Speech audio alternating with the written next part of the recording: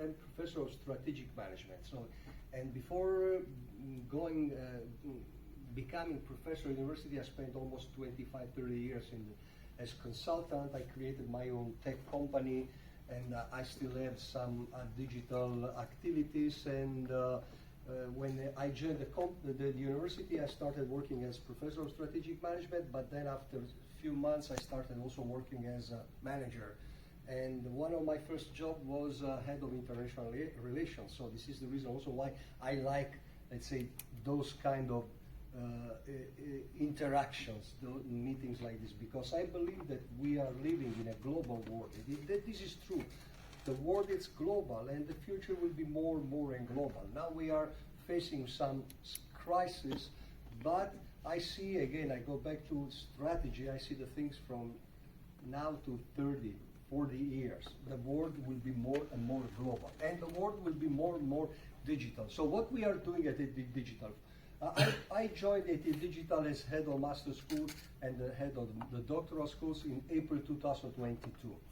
And one of my objectives working at the university before, it's always the same. I have to prepare students for the future, not for the past. I'm not interested in the past. I mean, the past is giving me data, but I have to prepare you for the future.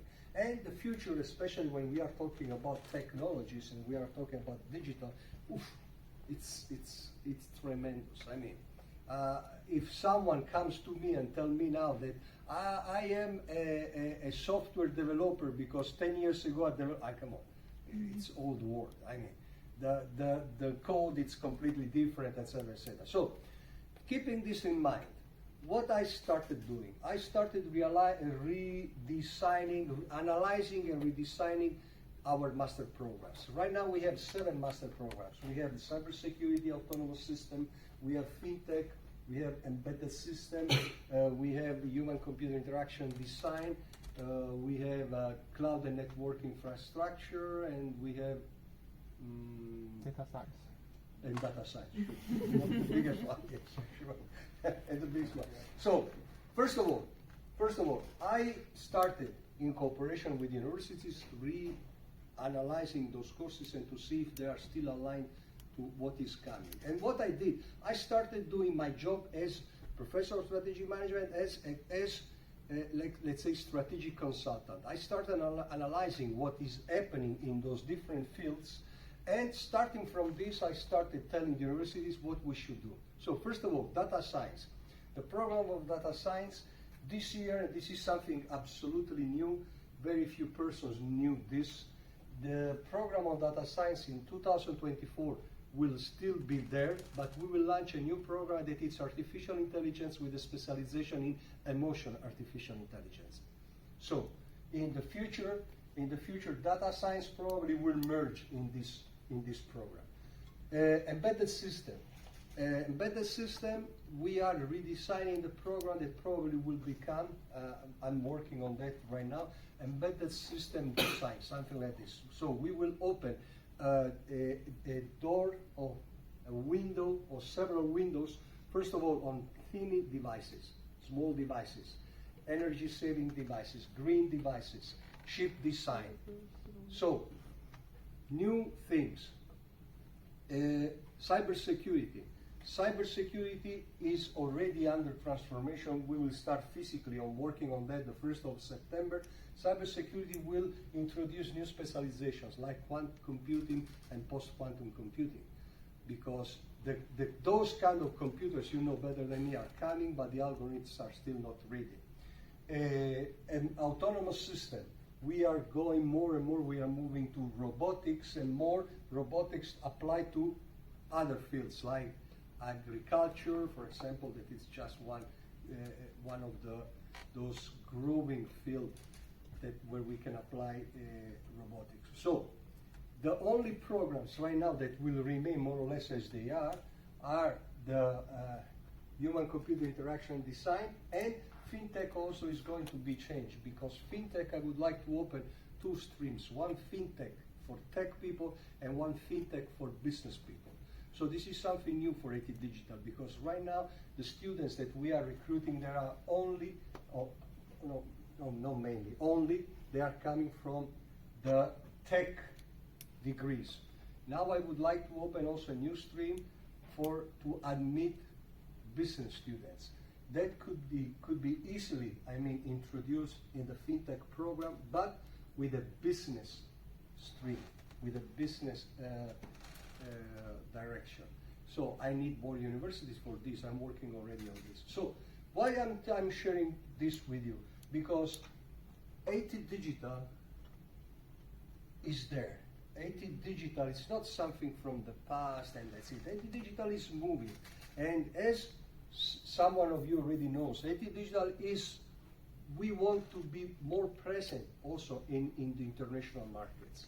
We are receiving a lot of leads from China, and especially this year, because we have been starting also some international activities. And I would like to get more students from China, for example. Because I believe that in what I was telling you before, in this global world, we should use also education to, let's say, strengthen our relationship. Education is the perfect, let's say, it's the perfect tool to create synergies. And education is also the base for innovation. It's nice to see that some of the students created startups, and you know, for us, I'm always saying since I joined EIT Digital that EIT Digital is the perfect place where tech meets business. You know, we study not only tech, but we study also innovation and entrepreneurship. So what I'm doing now with Olivia, we are trying also to give more visibility to students, our students who have been creating startups. So we are writing articles, interviews. So if you know someone of the students from EIT Digital, I'm talking about EIT Digital, who have been creating startups, just let us know. Because we can write an article, we can publish this article, and this article can also, let's say, you can use that article to get more funds or more clients or whatever it is. I mean, for me, EIT Digital, it's really a strong community. And it's a kind of community where I would like to receive you now and stay and keep in touch with you forever. This is also the reason why we are talking a lot. I'm personally talking a lot now with the alumni community. Now we have a new president of the alumni community, but I would like to keep also a good and open relation also with you, with this community, because I believe that we can create synergies, and we can create good synergies. I'm always looking for win-win situation. I'm not coming to you saying, give me something, I will not give you nothing back.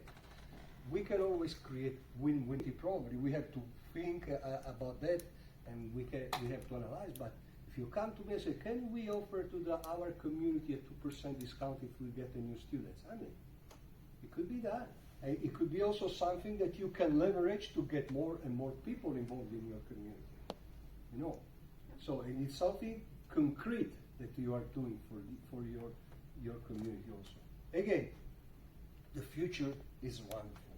The future is really wonderful. If I go back to when I was at your age, I mean, I did an MBA in New York. At that time was not so easy to do an MBA. At that time was quite difficult. So I did an MBA in New York, and doing an MBA in New York in the financial sector, I mean, we knew what was, let's say, our future. Our future was JP Morgan, Chase Manhattan Bank. That was our future. Today for you, it's incredible. I mean, you're getting a degree now, a master, and you can work for a startup. You can work for a big company like those companies that we saw before. And you can also change your job after 2 years, and then you can move to another country, and then you can, I mean, unbelievable, amazing. Think about how many opportunities you have. Let me tell you something personal, just to understand how different is my world and your world. So, you know, I mean, I imagine that someone of you now in your pocket, you have a dual SIM phone, yeah? Probably, yeah? So you know that patent, who was, let's say, the developer of that patent? Myself. We had that patent.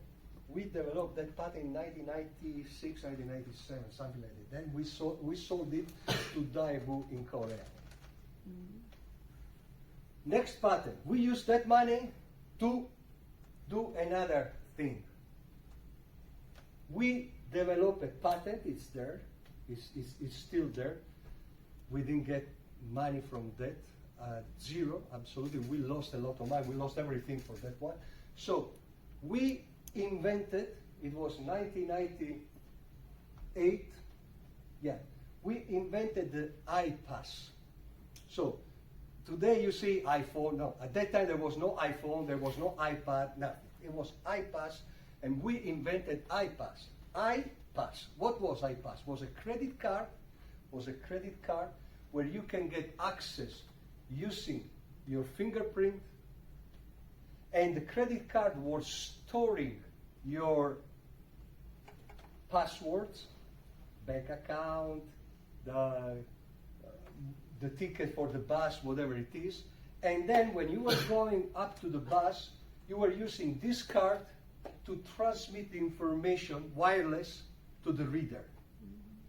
So today we have, every one of us is using a mobile phone with a fingerprint access that is containing a lot of passwords, including your credit card, and transmitting this information. So we patented this in 1998.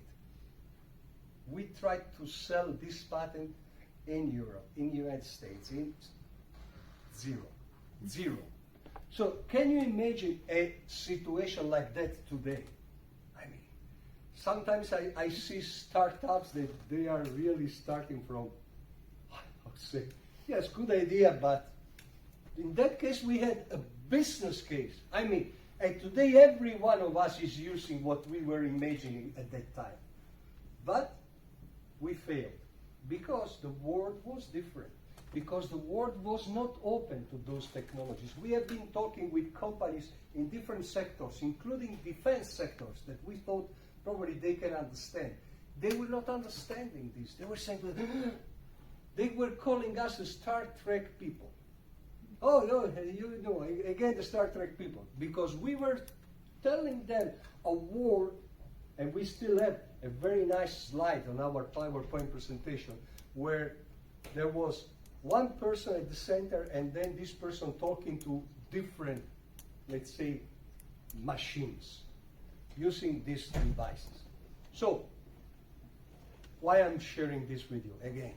Because I would like you to realize that the future for you, it's really, really wonderful. It is really wonderful.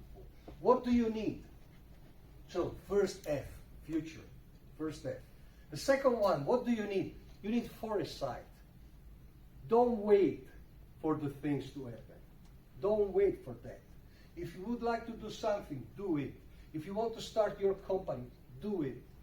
Today, it's much more easier to get money. Crowdfunding, banks, family, whatever it is. So, foresight. Don't wait for things to happen. If you want to get a job, that job in that specific city, in that specific company, start doing things. And do not forget that the technologies are moving, so it's not possible to keep, let's say, these learning tools today and keep it until the end. You should develop yourself. So take some extra courses every year, read things, read articles for a site. The second F. And the third one, fly. The future is brilliant for you, really. You have a lot of opportunities, really a lot of opportunities. Think about my generation. Think about your father's generations. Is it possible to imagine your fathers in Europe 30 years ago studying here as you are doing now? It's impossible. So you are getting more opportunities than then. So fly. In your story, you are the protagonist. Okay? Good luck for the future.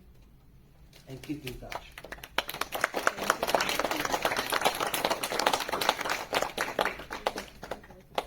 Many thanks to Salvatore again and for his wonderful, inspiring talk, which